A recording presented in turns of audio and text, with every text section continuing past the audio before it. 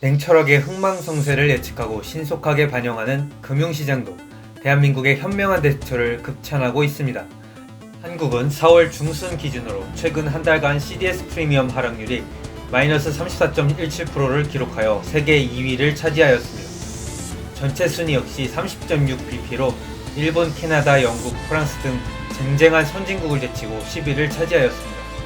강소국인 북유럽을 제외하면 미국, 독일, 싱가포르에 이은 것입니다. 우리나라가 세계에서 10번째로 안전한 국가라는 평가를 받은 것입니다.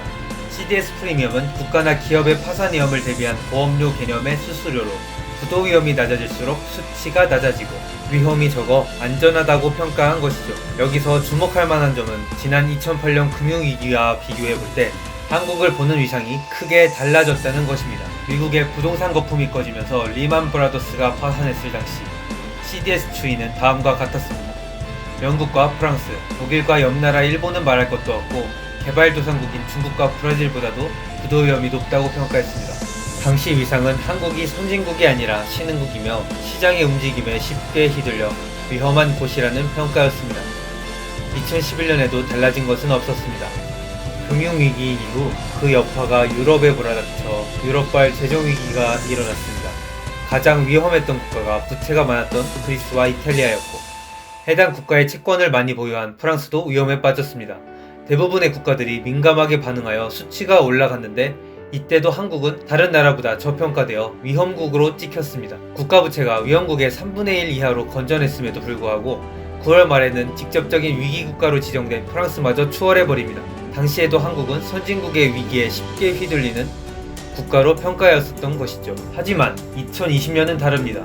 남북관계가 개선되고 국민소득이 3만 불을 넘는 선진국이 되면서 금융시장의 평가도 달라지기 시작합니다. 2011년 이후 수치가 꾸준히 하락하였습니다. 물론 3월 초에 갑자기 숫자가 급증했을 때는 50bp까지 상승했습니다. 하지만 세계적인 방역 시스템과 위기 대처 능력으로 상황을 잘 대처해 경기 둔화도 선방할 것으로 평가하며 수치가 30bp까지 하락한 것입니다. 반면 주요 선진국들은 한국과 다른 모습을 보였습니다. 영국, 일본, 프랑스, 미국, 독일 등 주요 선진국은 수치가 계속 올라가거나 잘 떨어지지 않는 상황입니다. 이 기사를 접한 일본인들은 한국을 극찬하기 시작합니다. 일본 극우 극봉 사이트로 유명한 5채널에서도 일본인들은 일본은 후진국이고 한국은 선진국이라는 제목을 달았고 다양한 의견이 있었지만 한국을 극찬하는 몇 가지 의견이 있어 살펴보겠습니다. 벼랑 일본과 세계에서 존경받는 한국, 지도자의 차이인 건가? 일본인인 것이 부끄럽다. 결국 한국은 일본과 프랑스를 넘었다. G7 진입은 확실하다. 일본은 완전히 한국보다 아래에 있다.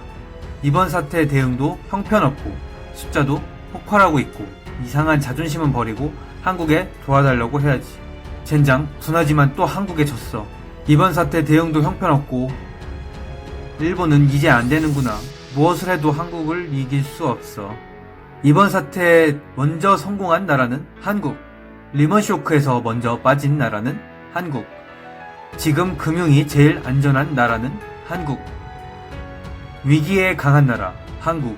이것은 세계가 아는 사실. IMF 위기에서 배운 한국은 절대 실패하지 않아. 검사 키트에서 패배, 백신으로 패배, 세무 불이행 위험에서도 진 일본. 내두익은 얌전히 있을 수밖에 없어. 앞으로도 현명하고 확실하게 대처하여 세계가 주목하는 주도국 한국이 될 수 있기를 앞으로도 소망하며 이번 영상을 마치도록 하겠습니다. 감사합니다.